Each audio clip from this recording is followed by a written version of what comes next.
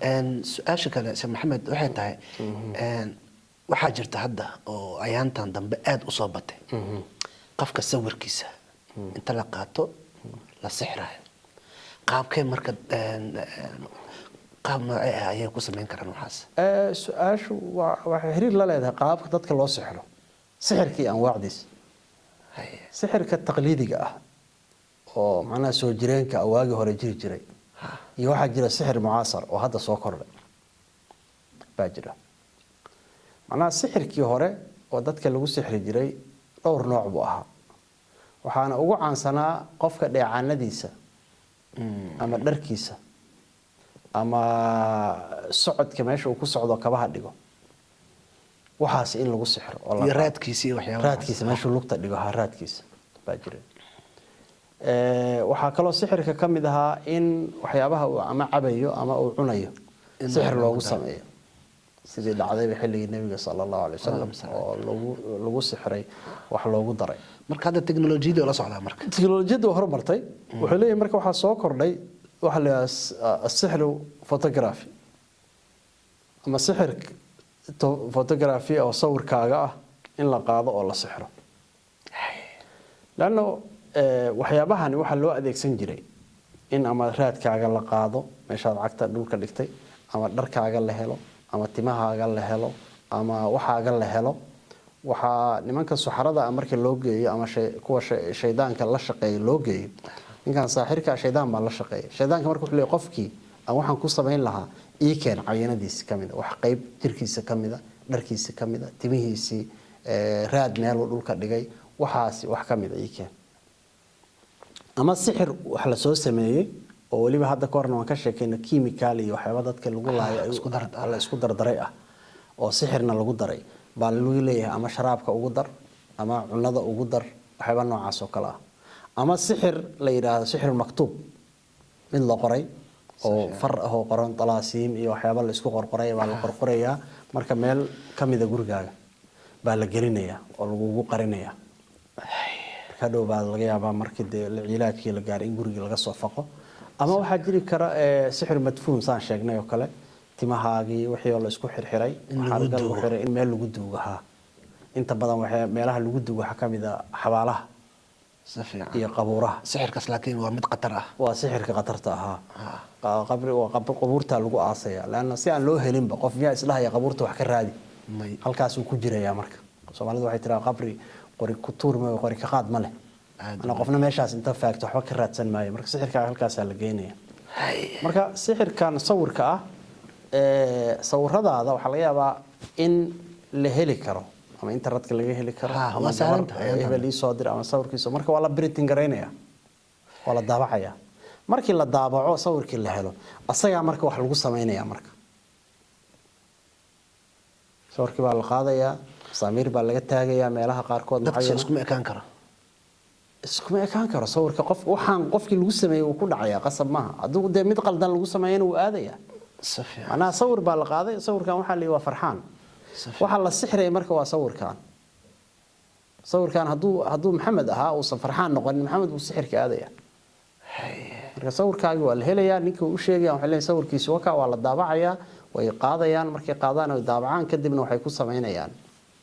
waxyaabay ku akhrinayaan oo sameynayaan marka Soomaalidu alxamdulillah quraafaadka waa aad u noogu yaryahay laakiin marka tagtid wadamada West Africa oo kale marka tagtid waxa jira suuq saxara baa jira suuq la yiraahdo waa suuq dhan oo magaaladan qayb kamid ah leeg saxarada iyo iska leh waxa wax lagu sixiro waxaas yaala aad bay waxay u isticmaalaan black magic wax la yiraahdo sixirka aad looga isticmaalaa wadan gaala waxa way ma garanaysaa marka sixirku tadawuraya hadda heer wuxuu marayaa ila kay uu soo gaaray maalmood baan dhageysanay sixirkan ka sheekeyna madiidada sixirkeeda in kareen laga dhigay kareen baa laga dhigayaa carfaya waxa lagu akhrinayaa farxaanow qoftii ka cararaysay oo ku diidanayd oo bahalkii baad u marsanaysaa gacanta adaa marsanaya ha gabadha ka soo arbaxaysa waa salaamaysa dheecaankaas ama waxa soo marsatay jirkeeda haduu taabto waa madiidaysanta ama bilcagsi ama ayadaa marsanaysa meeshii hore taqliidiga ul ku taaba iyo bay sheekadu ahayd Soomaa hadda waxa way kareenkaas lagu marsanay kay waa soo gaaray baa sixirkaas waa gartay kareenkaas marka wuxuu awood u leeyahay qofka jirkiisa hadaa taabsiisid kaamada baharay mister soo noqona iyagoo ku soo raadinaya macnaha waxaad ka raadinaysaa waad ka helaysaa ugu daba soconaya maanta waa deeha madiidadii way oo soo sixir loo sameeyay marka waa nacuudu billahi min dalika sixirku marka uu tadawuraya macnaha wuxuu la socdaa tiknoolajiyadii kareen nin gacanta la marsado madiidadii sawirkii la qaado la sameeyo bomba iyo soo maraya marka waa noocyada sixirka oo kamidka ah way waa gartay Sheekh Maxamed maxaa kale oo jirto sixir oo dadka hadda aad u isticmaalaan sixirkaas oo ah qof Nigerian ama qof gaal oo hataa muslim ahayn ayaa loo tagayaa qof kale oo qaarad kala joogo ala leeyahay dhibaatay marka qofkaas see lagu dhibaateyn karaa marka qaarkood waxa arkaysaa qofkii dad badan baa ila wadaagay telefoon baa laga wacaya ala leeyahay hello hebel miya hadoo dhaho sixirkaas uu qabsaday qofka sidee macnaha waxyaabahaas kale ku dhici karaa waa saan sheegnay oo mar walba oo tiknoolajiyadu ay hormarto suxaradii iyo shayaadiintii iyo wixiina way hormarayaan tiknoolajiyadii bay la socotaa way hormaraysaa dadka aan muslimka ahayn waa horena waan sheegnay inta ay sixir ka isticmaalaan waa 70% baa la dhihi karaa dadka muslimka ahna ama muslimka sheegta oo munxarifiinta macnaha marka muslimina la ilaaha illa huwa way tukanayaan laakiin waa suxaro illa sixirku waa dambi min al-kabaa'irta kamida qofka duu xalaalaysanin islaamku uga bixi maayo laakiin waa min al-kabaa'ir laakiin qofka xalaalaysto oo shaqo ka dhigto ila sixirku waa xalaal oo qofkaas waa gaal way haduu ka toobad keenin salaadiisa la aqbali maayo marka laakiin la ilaaha illa maadaama uu leeyahay waxaan isaga idlaaqaynaa inuu yahay qof muslim oo saaxira marka kuwaasi waa 30% intay sixirka ka isticmaalaan macnaheedu waa maxay dadka gaalada ah ba ka badan sixirka intay isticmaalaan waxa la sheegay marka tiknoolajiyada bay soo gashay bahashi marka saa sheegaysa weeye telefoon in la isku sixiro waa laga soo gudbay sawir waa laga soo gudbay gacanta in la istaabsiyo waa laga soo gudbay marka waxa soo dhan waxay la socotaa tiknoolajiyadii iyo qaabkaas weeye marka macnaheedu waa maxay qofkani Afrika jooga qof America ama Latin America jooga ama waqooyiga America uu sixir telefoon uu ku sixirayo macnaheedu telefoonka ma ka bilaabanayso laakiin macluumaadkaagii oo dhan baa la gudbinayaa macluumaadkaagii oo dhan baa la gudbinayaa sixirkii baa la sameeynayaa waa la hagaajinayaa shaqa laga qabanayaa shaqa muddo soo socotay baa la qabanayaa shaqada muddada soo socotay waxay u baahnaanaysaa marka in cayinaadkaagii la helo in waxaas la helo in wixii lagu sameyn lahaa la helo wixii lama heli kara marka saaxirkii ama shaydaankii saaxirka ahaa wuxuu leeyahay waxaas oo dhan lama heli karo qofkan waa fog yahay maxaan heli karnaa marka waxaan heli karnaa codkiisa wax kale oo heli karnaa qofkii male laakiin maxaan heli karnaa waxaan heli karnaa waa sawtkiisa ama waa codkiisa wax u yar oo la heli karo waa codkiisa marka saaxirkii waxa kula hadlaya marka waa nin weyn oo saaxira oo ama shaydaankii ugu weynaa way suxarada marka noocaasi dadka xitaa kuwa muslimka sheegtay wali ma gaarin in qof socod ahaan loo sixiro waa shaqo aad u weyn way waa tiknoolajiyada la socotaa tiknoolajiyada ayay la socotaa macnaheedu waxa la isticmaalay wasiilada la isticmaalaya tiknoolajiyada laakiin waa nooc saxar ay gaareen dadkan gaalada ah oo saxarada oo weyn ay gaareen way marka dadka sixirka qof kasta sixirka wax sixray inta uu ilaahay ka fog yahay buu sixirkiisu wax qabtaa si kala hadaan u dhaho qofku waa saaxir laakiin uu iska yara tukadaa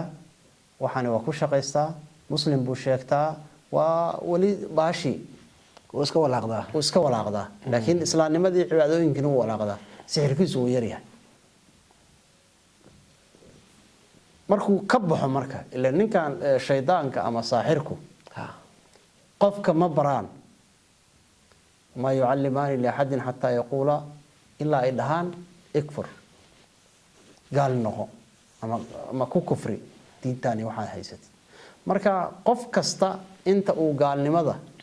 هي الشيطان كعبادتيس أولو يهي كان فوق يهي الله سبحانه وتعالى يكو حرناشيسي عبادتيس وسحر كيسو احتراه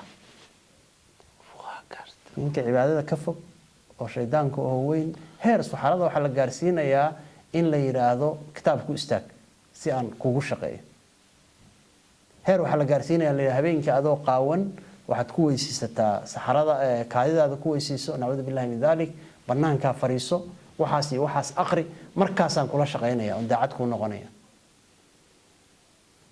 marka waa in waxaas oo dhan ka soo tanaasulo islaamnimada ha ku gabado maalintii masaajidka kula joogjoog marka inuu gaalowaale macnaha meesha ugu dambayso fujuurka iyo daacadnimada وشيطانك u noqonayo waa inay fogaataa markasoo gaalnimada iyo fisqiga iyo alla ka furashada iyo dhinacaas u dhawaado sixirkiisu waxbuu taraya